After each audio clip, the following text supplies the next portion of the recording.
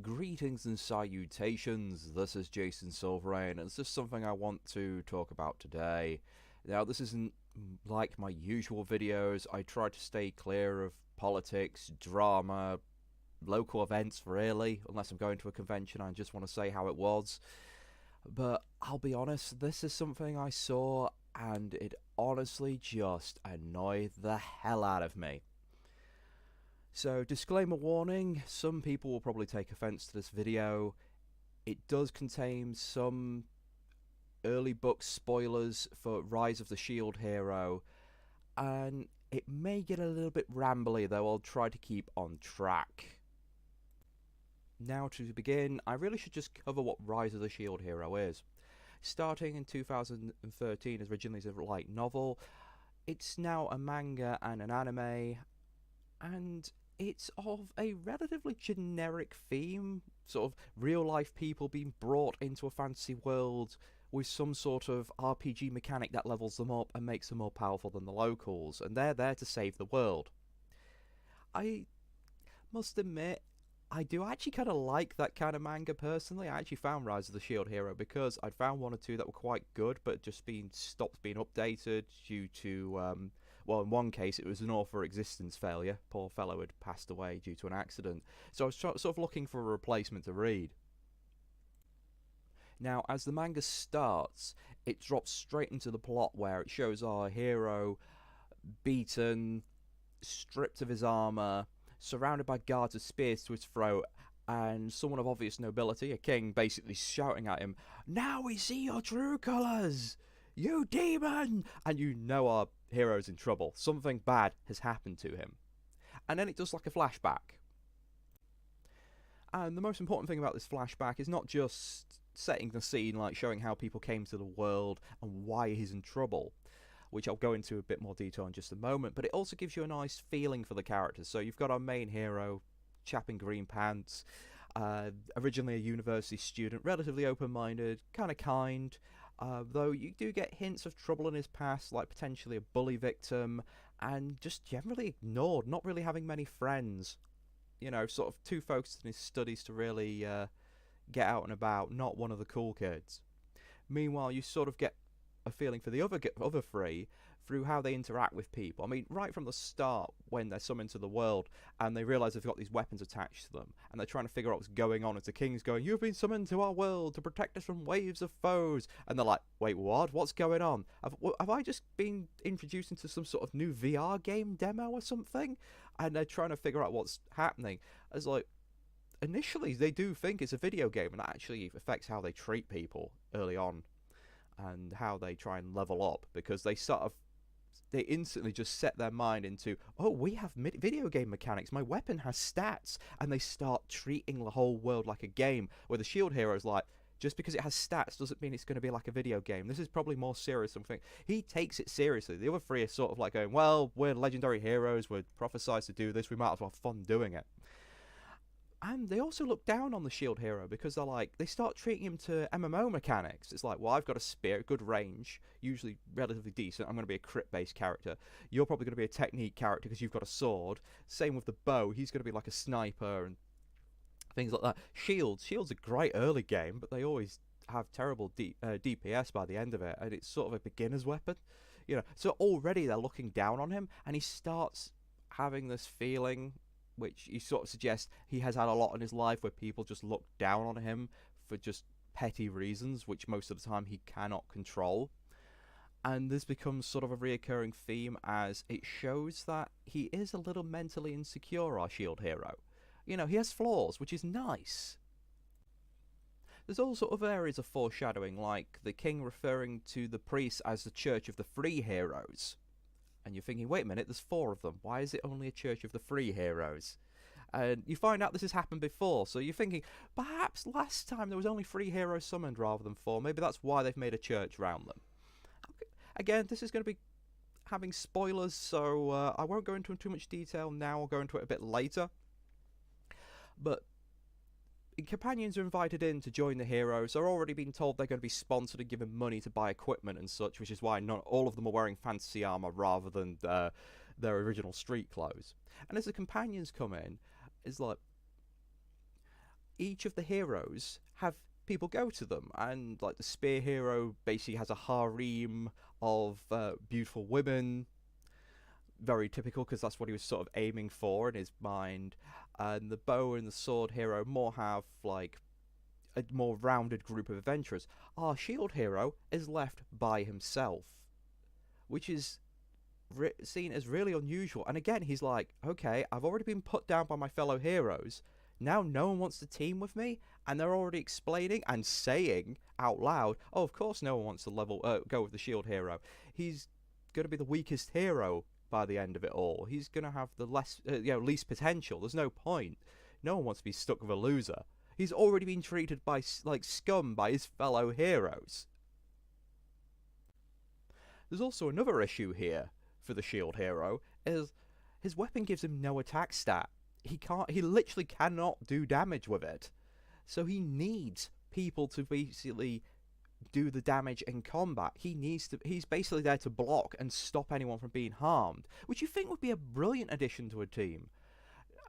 The king gives an arbitrary reason why the heroes just can't go together as their own team. They all have to basically become stronger separately because of reasons. It's never really explained, and I think it's something to do with the kingdom's own mythology.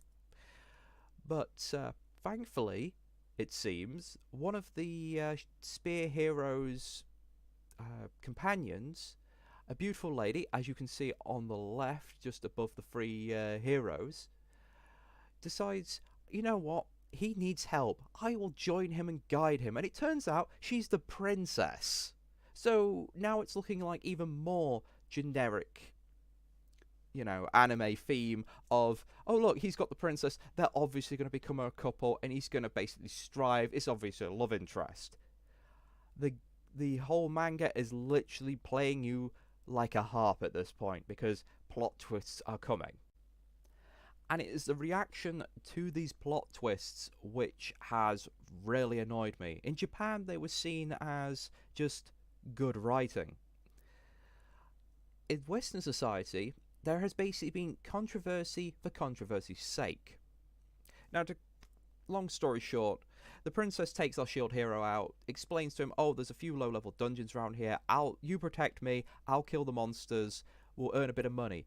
They earn a bit of money, he buys her swords and equipment, because he's like, well, the shield defends me, I don't really need more defense, I'm safe, I want to ensure your safety. He actually has genuine concern, and he's really thankful, and he spends the evening in the tavern with her, thanking her for believing in him and joining him. He's honestly grateful. And then he goes to sleep that evening. They've got separate rooms, and then he hears a commotion, he wakes up.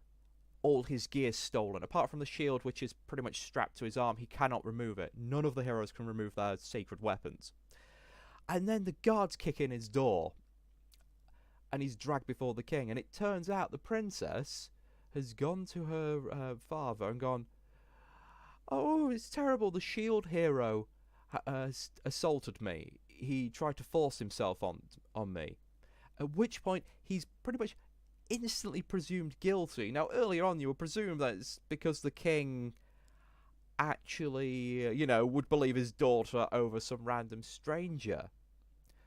But there's also the way he reacts is, how to explain? It shows us something more there. But everyone instantly presumes his guilt.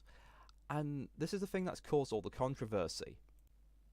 What is worse is that some of the major sites that cover anime being released in the West, their reviewers have jumped on the controversy and just seem to have gone, well, this will get me some easy favours here, and done really unprofessional reviews, not really taking the show on its own merit, and also gone to the point of doing personal attacks on the author, writers, and it's really just disgustingly unprofessional.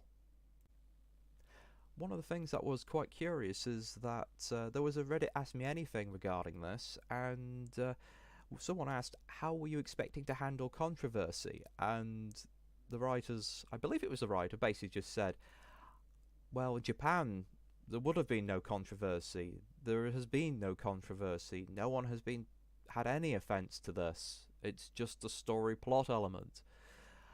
And that just rings so true because it's actually a very important story plot element. The false accusations and how it affects the shield hero are a really big thing in his character. It actually almost destroys him as a person. He goes from this very open-minded person to becoming incredibly cynical and distrusting of everyone, and quite self-destructive in some ways, and very greedy. He stops helping people for the sake of helping them and starts becoming rather mercenary for quite some time. And in fact, it almost borders on mental illness through depression and just him slowly losing it. Because he starts hating everything in the world around him because, he's not... Because the king was initially going to execute him, but then he points out if any of the heroes die, the prophecy fails and the kingdom falls to ruin.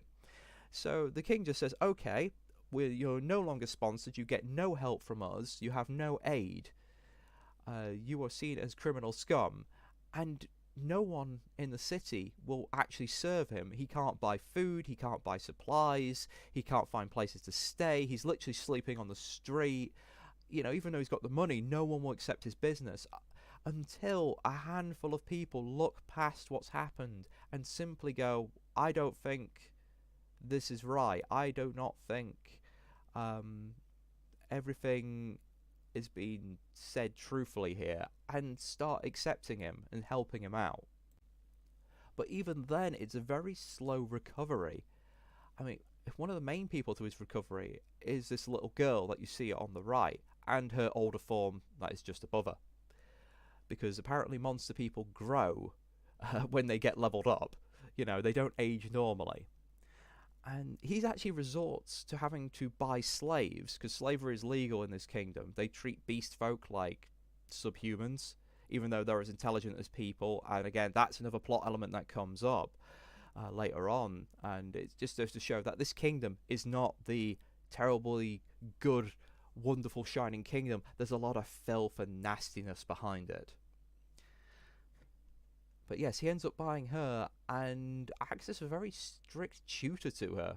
But he's still rather caring. As much as he's trying to push people away and not trust anyone and use people disposably, he can't bring himself to do it. And she ends up becoming a major part towards his own mental recovery of the situation. Okay, I'm going to be going into some spoiler territory to explain this plot element. And if you do not want any spoilers for Rise of the Shield Hero, skip the next minute. I will try to get through this as fast as possible, but I'm starting in 3, 2, 1. Okay, so the reasons behind the false allegations by the princess, it's part of a plot by the king, and it also benefits the church. Politically, the kingdom is at war with the beast folk, and their church worships the three heroes, with the shield hero being like the devil's advocate. He is pretty much, seen as equivalent of Satan. While the shield hero in the beast kingdoms was the one who actually helped them out, treated them like people, and was kind to them, is worshipped as like a savior. So it was a whole ruse to basically put him in that role as a devil, because they didn't want to have issues with politics and people seeing this shield hero as a good person. There's also other reasons, but they're much later on, and they're much bigger spoilers. So from a storyline perspective, and also from plot development and character development, you can see this was not just a thing thrown in lightly. So most of the accusations made against this are really just kind of hollow, and it's controversy for controversy's sake. It's just so frustrating when this happens, and I know a lot of people are saying it's undermining the listen and believe phrase that's been thrown out, but to be honest, we need to undermine it. Listen and believe is not a good thing. It is pretty much abhorrent to justice. Now, that's not I'm saying that you treat every, rape accusation as a potential fake. No, God, no. If someone makes the accusation and goes to the police, and says, this has happened to me, I need help, I need an investigation, It should be treated seriously, but listen and believe is not the way to do it. What we need is listen, accept, investigate. That is how not just rape allegations, but all crimes should proceed. Everything needs to be treated seriously. Mob justice and jumping on things and just ruining people over this, allegations is not the way to do things.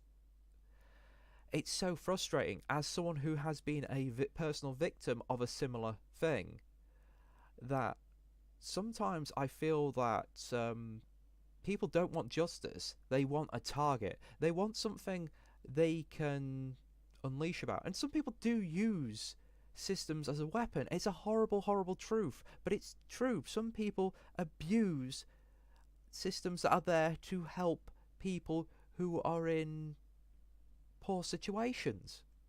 Now, we've had plenty of high profile cases where it has been proven someone has made a story up for attention, sometimes out of mental illness, because they actually honestly believe the thing happened to them when it didn't, because of fake memories.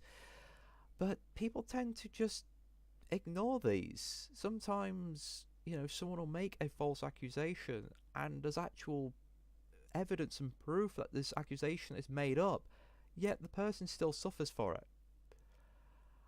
But since those examples are all over the internet, I'm just going to go into my own personal experience with this kind of thing, just so you can see it from my point of view.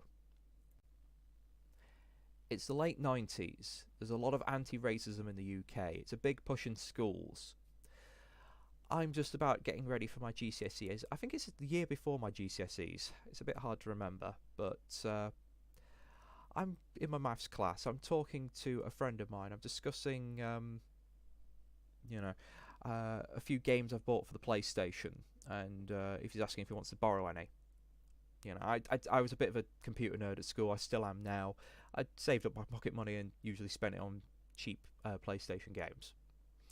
Another kid in my class didn't really interact with, because how it worked for for some of our classes is we'd have kids from other classes, basically depending on what level you were. So I was in like maths level 2, so all the kids from the various classes who were at level 2 maths would all be put into one class. So I barely knew him. He was only in like 2 or 3 of my classes. He was sat on the other side of the classroom. Hardly knew him. Occasionally had PE with him. I did know he was a nasty little bully and an asshole, though. This is another reason I didn't really interact with him, because he was a bit of a git. He picked on people quite a lot. But yeah, this young Muslim lad comes over to me and basically goes, I want to borrow your PlayStation. I'll trade you my 64. It's got these 3 games. And I'm like, my PlayStation, I've got 15 games for. I'm not letting you borrow it. Also, I don't really know you. I don't know where you live. If you decided to run off with it, I, wouldn't be able to ever get it back. And also I'm not interested in those games. I hardly know you. I'd only lend my PlayStation to my close friends. It's, maybe I over-explain myself, but at that point I was a nervous kid. I usually did. And he says, you're going to lend it to me? And I'm like, no, I'm not. And he instantly goes into, he starts doing, it's because I'm a Muslim, isn't it? It's because I'm Asian. You racist bastard. And starts making a scene. Now, my friends just told him to sod off, Some people in the class were just like, roll their eyes. And I was like, no, it's because I hardly know you. I'm not lending you my consoles. I barely know you. It's completely unreasonable, Just sod off. Problem is, he then put the rumour around the school because of this, and his friends put the rumour around the school because of this. No one ever bothered looking into it. No one asked for any evidence. They just heard the rumour. Next month, for the entirety of the month, I was an acceptable target. I was getting the crap kicked out of me on a daily basis for being a racist. Hell, people I didn't know, people from different years, people found out that just went, oh yeah, that kid's a racist. They basically targeted me because I was an acceptable target in a lot of cases. Kids are stressed. They want to lash out at people. Same thing with some adults. This is the thing. Some people who go for these causes do not believe in the cause. They just want acceptable targets. Now, that's not undermining feminism or anything. Feminism is an important thing. Though I do agree and disagree with various different elements of it. Particularly on how they're managing their targets nowadays. I really think they need to pick a actual subject to focus on and deal with it, rather than all doing 100 different things and not doing anything. I feel like modern feminism doesn't really have a set goal, unlike the early waves. But again, I'm sidetracking. Yes, it wasn't till about the end of this month where I was actually beaten up in front of a few teachers that things came to light, and the teachers got involved. I'd tried going to a few teachers before, but because I didn't have any evidence, they couldn't believe me. Because they'd heard some of the rumours, they were a bit sceptical, and I ended up going to one of the head teachers who knew me quite well, and she dealt with it, and the kid got detention for it for about a week. Still doesn't help that I got beaten up for a month. But these rumours kind of persisted. It really tanked my reputation, though it was like the second to last year of school, so it didn't really matter that much. But what it did do is I no longer feel safe around Muslim people and Asian people. I get nervous. It's like, especially after the experience, even just talking to the bus drivers, I got jitters, you know. I got really defensive. I now overly explain everything, which my friends point out. You know, I too much information all the time because I do not want anything to be misconstrued in any way.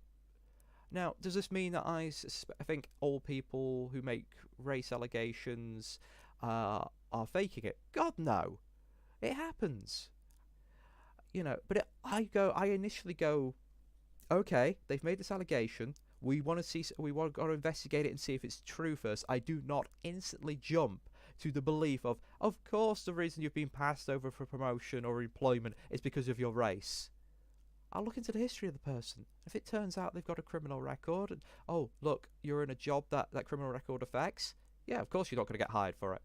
Oh, you said these things on social media, which are really unprofessional. That's why you got sacked or didn't get the promotion, because you've shown that, you know, you don't portray yourself well, you know. What we need is listen, accept, investigate. And no mob mentality, damn it. Okay, now with that out of the way, thank you for listening. I recommend reading Rise of the Shield Hero. I don't know the quality of the anime, I've not seen it yet. I don't think it's even released in the UK. But I hope it actually gets a full season. I hope they do the whole damn thing, because if the manga's anything to go by, it's going to be a good story. If the only thing I say, I want more focus on the damn level up mechanics. If anyone knows of any mangas that do a similar thing where it focuses on the character's actual methods of leveling, you know, so it's like you actually see the skill trees and stuff and it makes sense, please leave a comment in the just please leave a comment and a link, because I like reading that kind of thing. I find a lot of the gaming style anime really do not go into enough details about it.